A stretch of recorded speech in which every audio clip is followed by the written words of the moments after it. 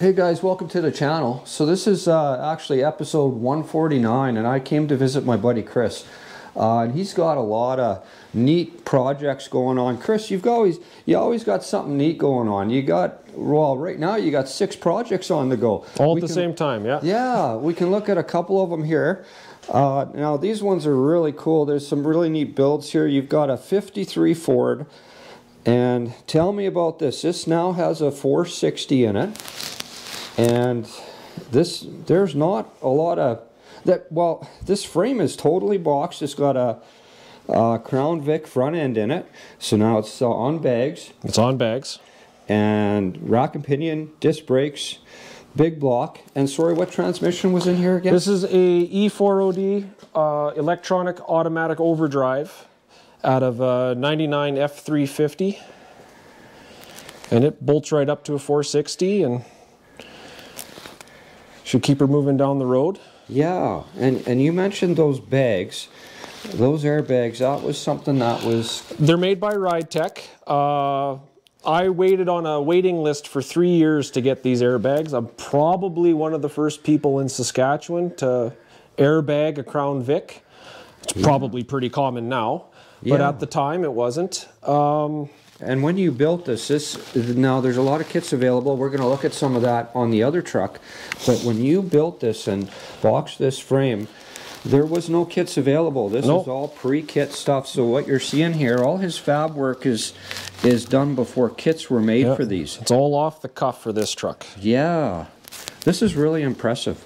I remember this when it had the flathead in it. There's actually a flathead over there. That's the original engine for this 53 truck. And now, and I guess it's had a few different engines in it. You mentioned a small block Chevy. Yep. You've done a lot with this. This is really neat. And I used to daily drive this for a couple of years. Yeah. We got to look at the box here. So you're hand fabbing this box. And I was really impressed with the rake on that tailgate. You've got a set of Corvette taillights going in here. What year was that again? 1960. 1960. This is really neat. And this truck sits super low. So that's all the way down right now? This is all the way down on dollies. Wow.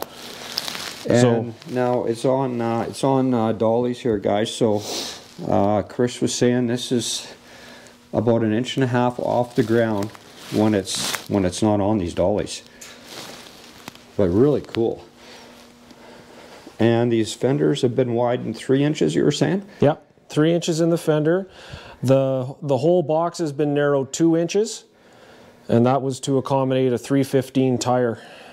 Wow. Without doing wheel tubs. That's a big tire. So you made the 4-link for this, boxed the whole frame. Yep, custom C-notch.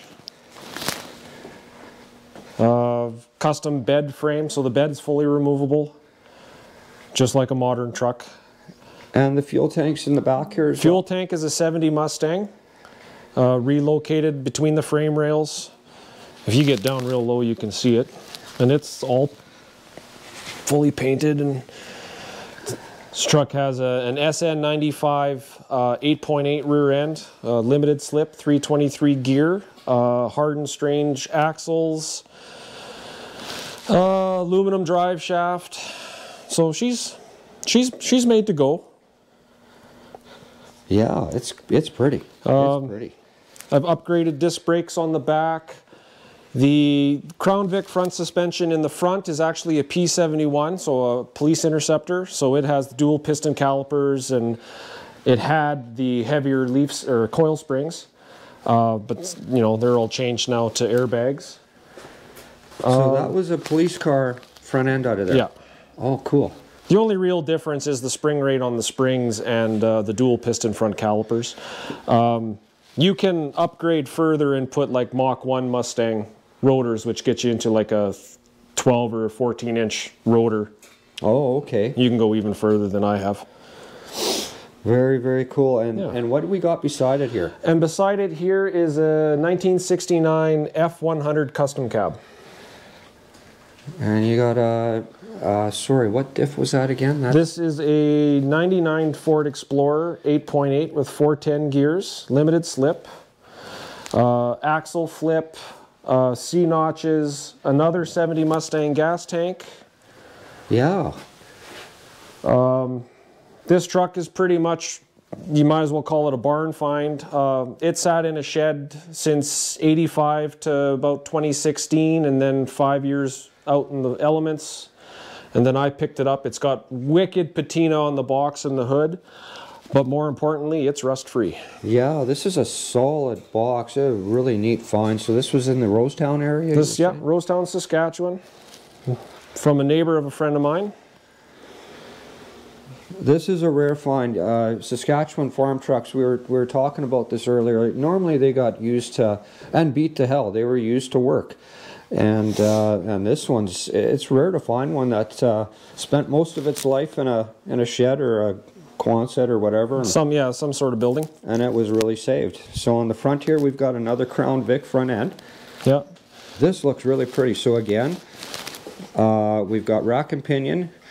We've got disc brakes, and this is really pretty. So now that we're looking at something where kits are now. This one's installed with a kit. So these are backyard custom box frame boxing plates with crushed leaves already installed, and then I've made the rear trailing arm plates. Here's the other one right here. I haven't quite gotten to it, and they're not welded in yet, but that's essentially what they are. Oh, okay. And that's a nicely laser cut. You had a motor mount out here a minute ago. Yep. And then I have a set of motor mounts for an FE, and this is also basically a kit. This one's from Outcast Auto Works, and they're for bolting an FE into a Crown Vic. Oh, okay. And yeah, can't get over those welds. That is really pretty. That's a nice looking mount. So on the other truck you had to actually hand fab all that stuff. Yes. But now this stuff is available. But now this stuff you can get. And it's actually really nice piece. Very cool. You know, I've heard of guys doing this. You were actually the first guy I ever saw put one of these Crown Vic front ends in a truck, and you did a nice job. It turned out really good on the 53, and this is going to be cool. It'd make them handle and brake and drive and steer just like a new car. Yeah. Yeah, exactly. This is pretty build. Chris has always got something neat going on. I can't believe that I'm finally getting to you now, Chris, because you've got, well, 6 projects like we were saying. Here's a better look at the gas tank back here. Sorry, that was a Mustang gas tank? Yeah, 70 Mustang. Or a Cougar, same thing. It's a 16-gallon. The standard, like 67, 8, and 9 Mustangs only had a 12-gallon, I believe. So they're a little deeper, so more capacity. You know. And it fits in between the rails pretty nicely. Yeah, not too much modification. Yeah, that just, you've got that bolted right in there. Very nice. And the shocks were... I used Aerostar van shocks, and then I custom made kind of heavy duty shock mounts. Very, very early 50s style shock mount. That's the same as my front suspension was on my 53 when it was all stock. Was very similar to that. So we'll see how long that lasts. Well, and you were saying that this one's actually lowered, what was it, 6 inches in the back? We figure this one's about 5 or 6 inches in the back, and then about 6 or 7 in the front. And this will be your daily driveway when you get to it. That's the plan. So there's a peek at the flathead that was in the 53. Now we got to show the motor that is going to be going into this, and this one here. This is really pretty. So this is an FE with Phytech on it. Tell me about this one. So this is a 1967 Ford, well actually it's a Mercury 410 FE. So a 410 is essentially a factory stroked 390. So it shares a bore size of a 390, but it has the 428 FE crank in it and stroke. So 2-year only. They only came out in 67, 68. And they're supposed to, if you believe the propaganda, 330 horse from factory. And then this one's got a cam and some other little mild upgrades. Nothing too crazy. It's been juiced up a little bit. I see MSC ignition, Phytech fuel injection. So this is going to be nice as a daily. Yeah. And the transmission for this truck? I have two choices. I have a supposedly built C6 that has a shift kit and a torque converter in it, supposedly, but I haven't gone through it to verify that yet. And then last week I picked up a Ford AOD to get an overdrive, which I'm leaning towards, but that takes a little bit more effort to make work. Yeah, a little more expensive to install as well, about $1,000 for the kit you were saying. Pretty much, yeah, and that'll be a complete kit with the adapter and the starter and flywheel. And well, that's cool to have a couple of options. Of course, with the 410 gear as a daily, you're going to want, you know, probably. So you're going to start out with this one anyways. Yeah, this one bolts right in easy. So. Yeah. Very, very cool. Well, I like what you're doing here. You know, Chris, he's a talented dude. He's got, like I say, you guys, he's a hot rod building machine. You always got something going on, and you're not afraid to try anything. No, it's just metal. When I first saw this, it was driving with the flathead, and then you completely 100% blew it apart and completely boxed the frame on here, put in the 4-link yourself, figured out the Crown Vic stuff. And you know, it takes a little bit of time and effort, and there's some science involved there.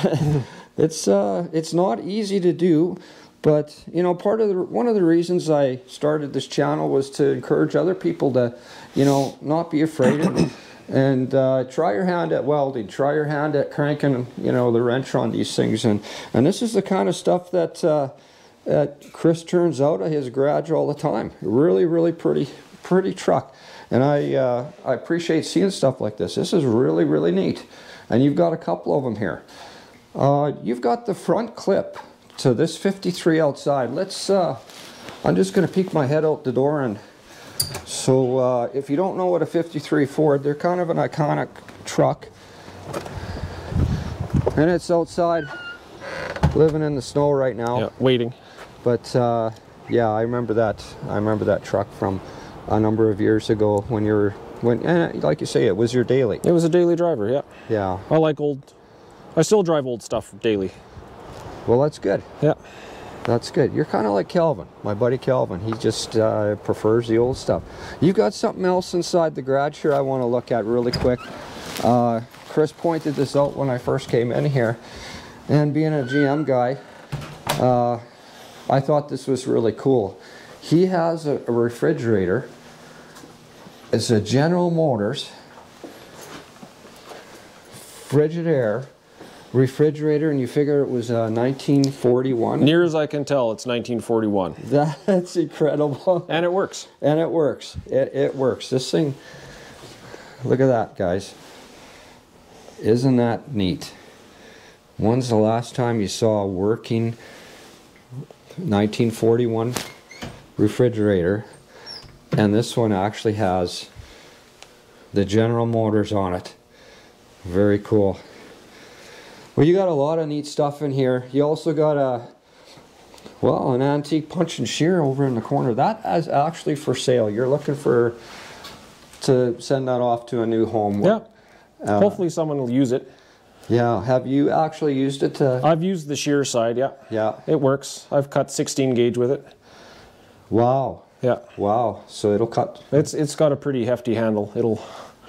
So if anybody's looking for a punch and shear, an antique version, give Chris a call. Sure. What were you asking for this? I don't know, a couple $100. Couple $100. Look at that, guys. $1 a pound. It's heavy, so I mean, this is kind of a pickup basis. Yep. You can't ship that thing. That thing weighs a ton, but it works. Very cool. Well, thanks for having me over. Yeah, no problem. I appreciate it. You got some really nice builds here. Maybe in the future we'll have to come back and do another video. Yeah, I'll have something different to show you.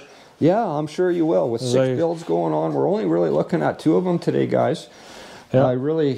There's the chopped 49 Merc. There's a 74 F100. There's a 74 F350 crew cab. I have a 76 Argosy camping trailer, which is essentially an Airstream. There's a 41 Ford. That's kind of down the list of projects. Yeah. So yeah, I saw the Merc covered up in the driveway. Yeah. And I've seen you drive that. That's a cool build, and it's chopped. Very cool. Well, thanks for having me over, Chris. I really appreciate it. It's neat to see what you're going on, you know, what you're doing this winter. And I knew you always had some cool stuff going on, and you've got some really pretty neat builds on the go here right now. So anyway, thanks for having me, and thanks for watching, guys.